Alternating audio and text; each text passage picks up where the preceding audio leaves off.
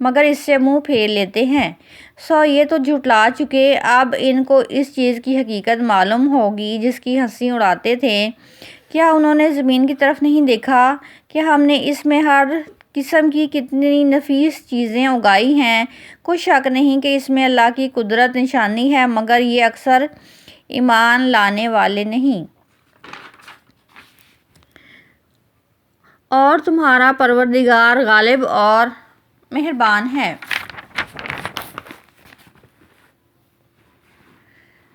آیت نمبر 1 تا 9 کی وضاحت یوں ہے، جس میں نبی پاک صلی اللہ علیہ وآلہ وسلم کو تسلی فرمائی گئی ہے کہ اگر قرآن کے مخالفین آپ صلی اللہ علیہ وآلہ وسلم پر ایمان نہیں لا رہے اور کسی نشانی کا مطالبہ کر رہے ہیں تو آپ صلی اللہ علیہ وآلہ وسلم پریشان نہ ہوں۔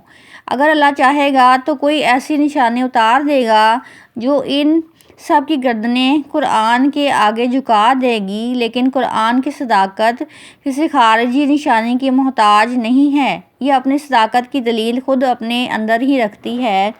اگر یہ لوگ اس کو جھٹلاتے ہیں تو جن خطرات سے قرآن ان کو آگاہ کر رہا ہے وہ سب ایک ایک کر کے پیش ہو کر رہیں گے۔ اس کائنات میں نشانیوں کی کمی نہیں ہے، لیکن جو لوگ ایمان لانا نہیں چاہتے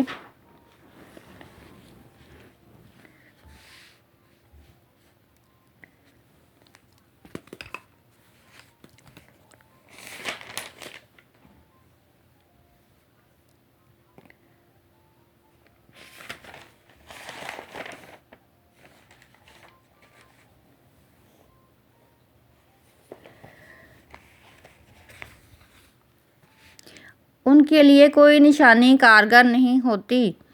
ان لوگوں کو خدا جب چاہے پکڑ سکتا ہے، وہ عزیز اور غالب ہے، کوئی اللہ تعالیٰ کے ارادے میں حائل نہیں ہو سکتا، لیکن وہ نہایت رحیم بھی ہے، اس وجہ سے لوگوں کی سرکشی کے باوجود ان کو مہلت دے دیتا ہے۔ آیات 10 تا 68 جس کی وضاحت یہ ہے، حضرت موسیٰ علیہ السلام اور فرعون کی سرگزشت، جس میں وہ واقعات سرسری طور پر بیان ہوئے ہیں جو فرعون کے پاس جانے کے حکم سے لے کر اس کی غرقابی تک میں پیش آئے۔ سرگزشت کے آخر میں انہی آیات کی ترجیح ہے جن کا حوالہ پہلے گزر چکا ہے۔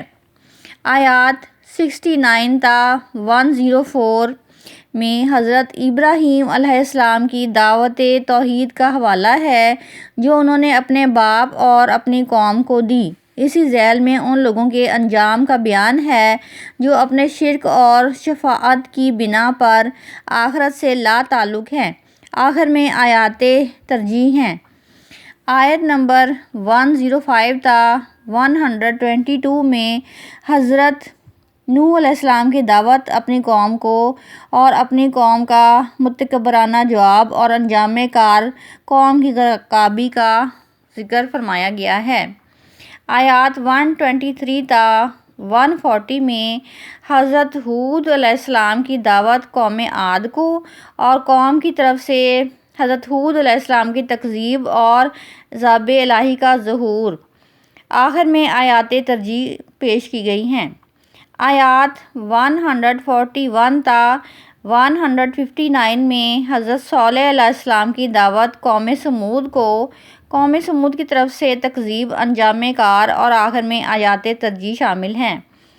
آیات 160 تا 175 میں حضرت لوط علیہ السلام کی دعوت، ان کی قوم کا رویہ اور اس کا انجام، آخر میں آیات ترجیح شامل ہیں۔ آیات نمبر 176 تا 191 میں حضرت شعیب علیہ السلام اور ان کی دعوت کے ساتھ اہل مدین کا سلوک اور بالآخر ان کا حشر۔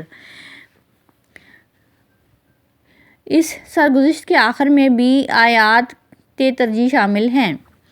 آیات نمبر 192 تا 287 میں اس میں تمہید کے مضمون کے ساتھ پوری وضاحت فرما دی گئی ہے۔ اس میں تمہید کے طور پر مضمون کی پوری وضاحت فرما دی گئی ہے۔ یہ باتیں بیان ہیں، چنانچہ پہلی بات کہ قرآن کا منبع وحی الہی ہے۔ حضرت جبرائیل علیہ السلام کے ذریعے سے نبی پاک صلی اللہ علیہ وسلم پر نازل فرمایا گیا۔ دوسری بات، عربی زبان میں نازل ہوا۔ عرب پر یہ ایک عظیم احسان ہے، اگر اس کی قدر نہ کریں گے تو محروم بن جائیں گے۔ اور تیسری بات یہ کہ اس کے دلائل کھلے ہیں، اس کے دلائل پچھلے انبیاء کے صحیفوں میں موجود ہیں، اس کے دلائل پچھلے انبیاء کے صحیفوں میں موجود ہیں اور علماء اہل کتاب اس سے واقف ہیں۔ چوتھی بات، یہ کفار کے لیے تنبیہ ہے تاکہ ان کی پکڑ سے پہلے ان کو اچھی طرح سے آگاہ کر دیا جائے، تو جو لوگ اس کی تکذیب پر اڑے ہوئے ہیں وہ اس کے نتائج دور تک جان لیں، وہ اس کو جنوں اور شیطانوں کی وحی قرار دینا چھوڑ دیں، کیونکہ ایسا کرنا بے وقوفی ہے۔ شیاطین جس قسم کے لوگوں پر اترتے ہیں ان کی علامات کی طرف اشارہ کر دیا گیا ہے۔ اور پانچویں بات یہ کہ یہ کسی شاعر کا کلام نہیں ہے، یہ اللہ تعالیٰ کا کلام ہے۔ قرآن اور شعر یہ کسی شاعر کا کلام نہیں ہے۔ قرآن اور شعر میں اور پیغمبر اور شاعر میں فرق کرنے والی کسوٹیوں کی طرف واضح اشارہ فرما دیا گیا ہے۔ وآخر دعوانا ان الحمد للہ رب العالمین۔